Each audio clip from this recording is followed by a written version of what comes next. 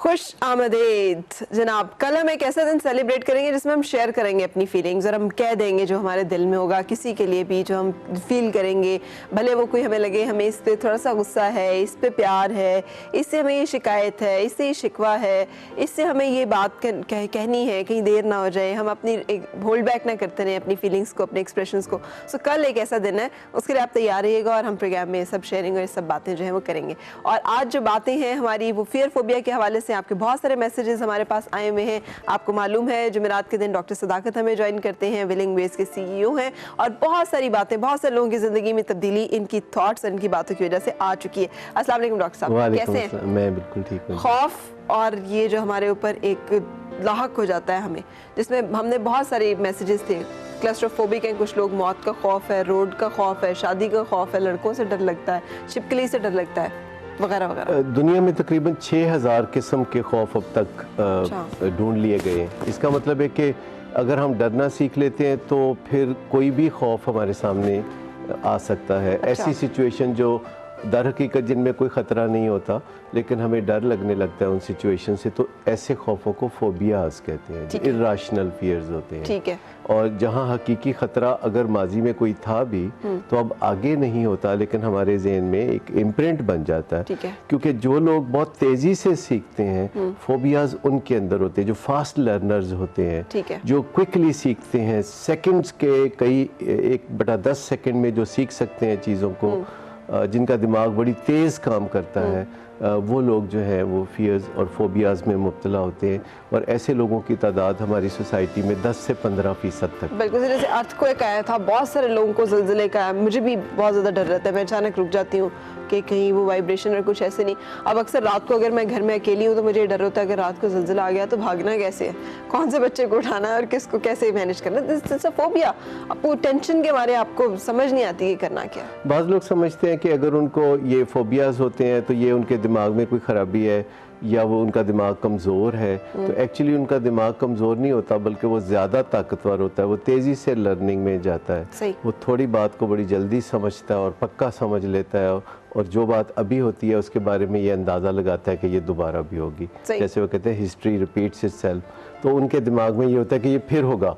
अच्छा। और वो उसके लिए हर वक्त अनकॉन्शियस माइंड के जरिए तैयार किए रखते हैं। लेकिन इनका हल होता है, इन्हें ठीक किया जा सकता है। कैसे ठीक किया जा सकता है, क्या इलाज होता है? देखिए, अगर आप अक्सर देखें तो आप देखते हैं कि आपके बच्चे जो पहले चीज़ से डरते थे बाद में उस चीज़ से नहीं डरते। तो कुछ तो बचपन में जो खौफ होते हैं बच्चों को अंधेरे का या कोई और, तो वो खुद ब खुद भी दूर हो जाता है। ठीक है। लेकिन अडल्ट्स में ऐसा नहीं होता कि खौफ खुद ब खुद दूर हो, जैसा कि बच्चों में होता है, क्योंकि उनका दिमाग ग्रो कर रहा होता है। सही। और दिमाग जब एक दफ़ा ग्रो कर जाता है तो उसमें जो खौफ बैठ जाते हैं फिर उनको निकालना पड़ता है। सही। उसमें कुछ ऐसा अपने दिमाग का इस्तेमाल करना पड़ता है जो अब इंसान कर सकता है। जैसे पहले इंसान का दिमाग कैसे काम करता है तो ये पता नहीं था, यानी कोई ओनर्स मैनुअल नहीं था दिमाग के लिए। बिल्कुल ठीक है। अब हमारे दिमाग के लिए भी ऐसा मैनुअल, ओनर्स मैनुअल जिसे कहा जा सके, मौजूद है।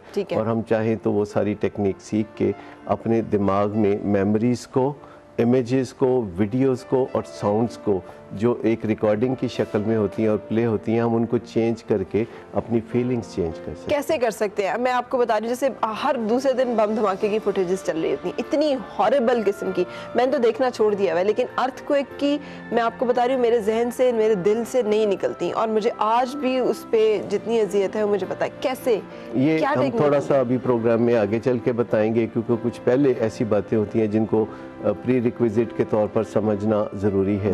जैसे कि हम जब भी किसी मेमोरी को याद करते हैं, अपनी किसी याददाश्त को ताज़ा करते हैं, तो हम दो तरह से ताज़ा उसे करते हैं। एक तो हम उसमें से दोबारा गुजरते हैं, रीलिव करते हैं उसे, रीलिव करते हैं उसको। और एक है कि डिस्टेंस से देखते हैं, जैसे कि सिनेमा में बैठे हुए आप स्क्रीन पे वो फिल्म देख रहे हैं, दूर से आप देख रहे हैं, जिसको हम कहते हैं डिसोसिएटेड वे में देखना। सही। अब अगर फ़र्ज़ करें हम चाहते हैं किसी चीज़ को रीलिव करना, तो उसके लिए हमें फिर एक ख़ास अंदाज में अगर बैठें तो हम रीलिव करते हैं, और अगर एक दूसरे अंदाज में बैठें तो फिर उसको हम दूर से देख सकते हैं। वो अंदाज क्या होता है जिससे अगर हम फ़र्ज़ करें हम चाहते हैं कि उसको रीलिव करें, तो हम ऐसे बैठ के तो दाएं से बाएं एक नज़र घुमाते हैं और फिर हम आंखें बंद कर लें, तो उसको हम अगर करेंगे तो हम उसे रीलिव कर सकते हैं, जिसमें हमारे कंधे थोड़े अंदर की तरफ और जिस्म थोड़ा आगे की तरफ झुका हुआ और जहन के पर्दे पे हम उसको फिर रीलिव करते हैं। अच्छा। लेकिन अगर हम चाहते हैं कि उसको रीलिव करने की बजाय दूर से देखें ताकि ज़्यादा फीलिंग्स ना जागे, तो फिर हम ऐसे कंधे थोड़े चौड़े करके, थोड़ा ऊपर करके, चिन थोड़ी ऊपर करके और आंखें बंद करके अगर हम देखेंगे तो फिर हम उसे ऐसे देखेंगे जैसे कि हम दूर से देख रहे हैं, जैसे किसी रोलर कोस्टर के ऊपर बैठे हुए अपने आप को दोबारा रीलिव करना, तो वो सारी फीलिंग, सारे झटके महसूस होंगे। लेकिन अगर हम दूर से अपने आप को रोलर कोस्टर में चलते हुए देखते हैं और ब्लैक एंड वाइट में देखते हैं और थोड़ा धुंधला देखते हैं, क्योंकि हम अपने दिमाग में ये चीज़ें कर सकते हैं कि चीज़ को कलर देखें या ब्लैक एंड वाइट देखें, शार्प देखें या हम उसे किसी जैसे शीशे के पीछे से देख रहे हैं, जैसे दूर से देख रहे हैं, फीलिंग उसी तरह आती हैं। तो ये 2 टेक्निक्स अगर आप ज़हन में रखें तो फिर हम किसी भी अपनी पुरानी मेमोरी को जो कि तकलीफ दे वाक़या हमारी ज़िंदगी में हुआ है, जैसा अगर आपने कहा कि अर्थक्वेक के दिनों में हो सकता है कि आपने अपने सामने कुछ ऐसे वाक़यात देखे हों, टेलीविज़न पे इमेजेस देखे हों। थैंक्स टू टीवी माशाल्लाह हमारा जो मीडिया है आज़ाद है और इतना आज़ाद है कि बेमहार है, तो उन्होंने इतने इमेजेस दिखाए तो अभी भी दिखाते हैं, ये खोपड़ी है, ये सर है, ये आज़ाद उधर से मिले हैं, यूँ मिले हैं। और चूँकि यहाँ पे बाज़-औक़ात हमारे पास, यहाँ पे तो नहीं, मेरे हस्बैंड के पास ऐसी फुटेजेस होती हैं जो अनएडिटेड होती हैं और वो माशाल्लाह बाज़-औक़ात उन्होंने दिखा दी, तो वो अवॉइड करने से कुछ नहीं होता। आप दूसरों को नहीं कहते कि मत बदलो, आप खुद उसके साथ अकॉर्डिंगली बदलते हैं। लाइफ हमेशा रीस्ट्रक्चर होती रहती है। अगर आप देखें तो पिछले 50-60 साल में लाइफ इतनी बदल गई है, इतनी स्ट्रेसेस लोगों की ज़िंदगी में आ गई हैं, तो वो आप ये तो नहीं कर सकते कि इंडोनेशिया में जो परसों ज़लज़ला आया है 7.8 स्केल का, वो उसे रोक दें या वो टेलीविज़न वालों को कहें कि आप ऐसी फुटेजेस ना चलाएं या सनसनीखेज़ी ना फैलाएं।